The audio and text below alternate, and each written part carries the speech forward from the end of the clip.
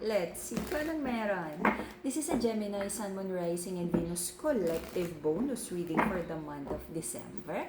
For your personal reading, kindly send me a direct message. Kamusta mga Gemini? Kamusta?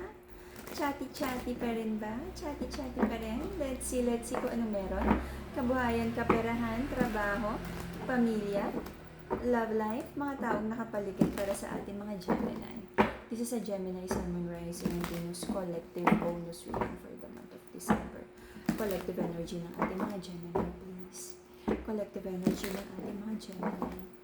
This is a Gemini, Sun, Moon, Rising, and Venus collective bonus reading for the month of December. Collective energy ng ating mga Gemini.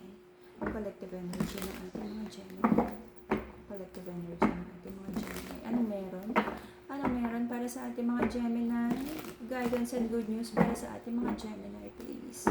Alrighty, ang nag-iisang account na Mystic Siren ay Kai Angeles 11. Any messages coming from a different account? Hindi po ako yun. Mag-ingat sa scammers, Gemini. Trying to find the wisdom? Ano daw ang gagawin? Litong-lito na naman. Nagkaroon ng happiness, but nagkaroon ng confusion. Sabi ng feminine sa connection na to, akala niya okay na daw yung relationship. Akala niya masaya. Bakit daw ganon? Parang napaka-temporary ng mga bagay-bagay daw para sa ating mga Gemini. There's an energy here of the masculine na fini-figure out niya, ano ba yung tamang love? Ano ba talaga yung mapagmahal? Ano ba talaga yung mga responsibilities and sacrifices na kasama if you want a stable connection? Okay? Sinubukan naman ng ating masculine na ibigay ang kanyang best. Okay? I did my best. Same old cycle, but may dishonest energy dito. May mga pangako, may mga sinabi, gagawin at hindi gagawin, pero hindi naman natupad. And because of that, the feminine feels unsecured about this relationship na parang solid ba to? Magtatagal ba to? Kasi bakit yung mga simpleng pangako ng ating masculine ay hindi naman matupad? Nagkaroon na naman ng agreements but someone feels defeated na parang hindi nagkakaintindihan. Alam mo yung mga Gemini matatalino kaya lang minsan ang stubborn ng energy. Okay? There's a feminine here na napipikon na sabi niya i-real talk na niya si masculine sa connection na to. Sabi niya gusto naman niyang ilaban, gusto niya maging okay ang relationship, pero hindi pwedeng nagtitiis siya at tinatanggap na lang niya yung parang this is not even bare minimum pagdating sa relationship. So magi-speak up na naman ang feminine sa connection na to. But the masculine in this connection feels so confident na very temporary lang yung mga paghihiwalay. Kaya naman daw niyang bulahin ang kanyang feminine para lagi na lang babalik. But the feminine feels unsecured about this relationship. Kino-question niya kung meron ba daw na ine-entertain na iba ang masculine sa connection na to. Meron ba daw ibang love interest? The answer is, I feel meron. Okay? Pero ang sabi ni masculine, wala naman yun. Okay? Sa mga nare-read ko na lalaki, sa mga masculine, alam mo yung definition nila na wala lang yun? It's like wala namang feelings. Ano to? One night stand, kaya wala lang. But sa feminine, of course, dahil seryoso siya at love niya si masculine, of course, hindi siya papayag na may kahati sa pagmamahal ng masculine sa connection na to. Someone feels na deserve niya ang stable and committed connection natapos to. And it feels like, sabi niyo, sige, kahit magkaibigan na lang or parang maglayo-layo tayo para sa peace on earth. Kaysa away kayo ng away. Okay? Maraming unacceptable behavior na nangyari here. So sabi ng feminine, masculine, kung hindi ka ready, sige, ayusin mo muna yung sarili mo, but hindi siya papayag na na-hurt siya, and the masculine is just enjoying the best of both worlds. Okay? For mental clarity, stronger connection with their intuition, spiritual protection, the purple crystal, amethyst. Favorite ko yung amethyst kasi very calming ang kanyang energy. Okay? To ground and protect your energy, anti-evil eye, Nazar, okay? Ang ating evil eye bracelet, okay? PM lang for the charms and crystal. So, I feel someone, kumbaga, naging optimistic, umasa na magkakaroon ng magandang outcome, nagkaroon naman kayo ng heart-to-heart talk. It feels like at a certain point ng relationship, maraming naging pangarap, pangako. Okay?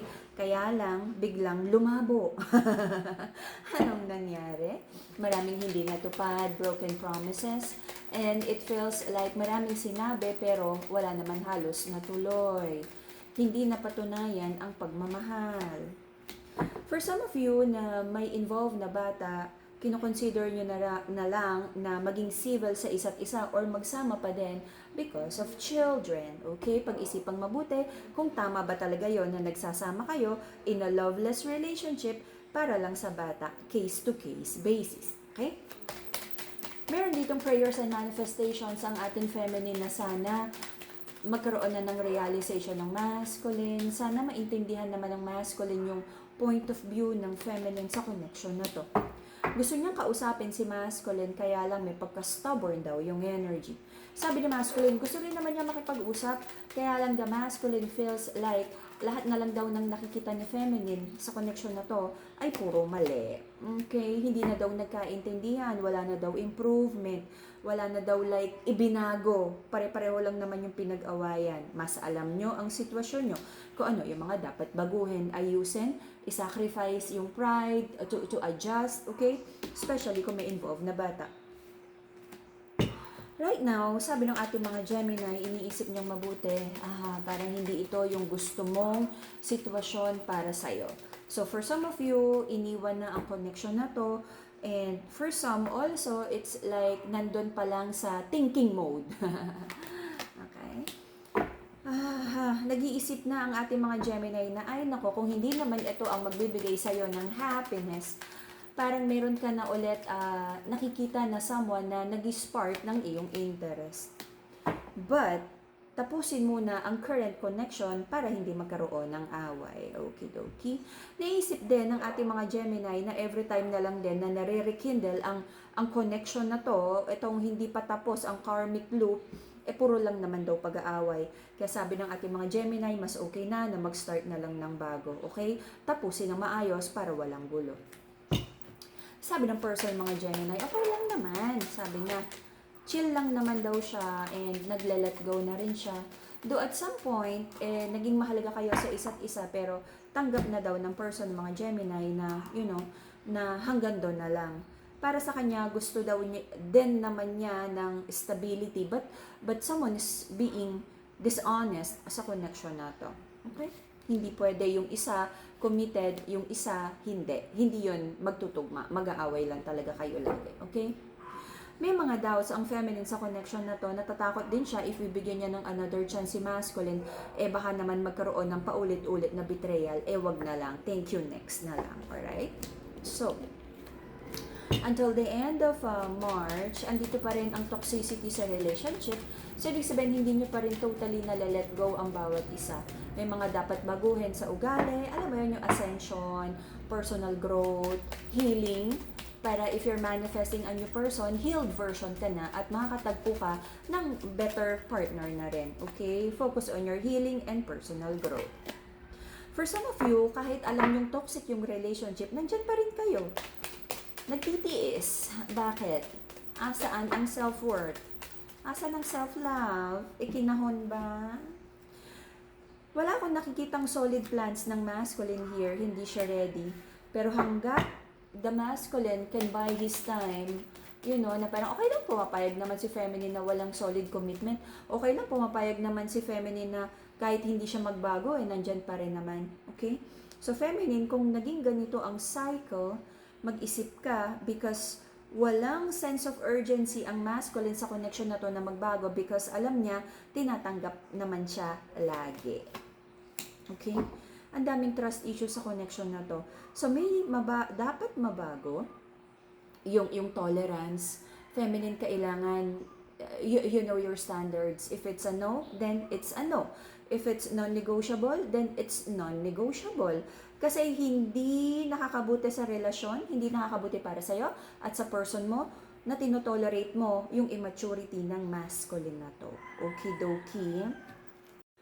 So, hopefully sa January ay maging mas maganda yung energy. For now, kailangang may mga realization at for you to do something different. Hindi pwedeng paulit-ulit lang na pagtitiis.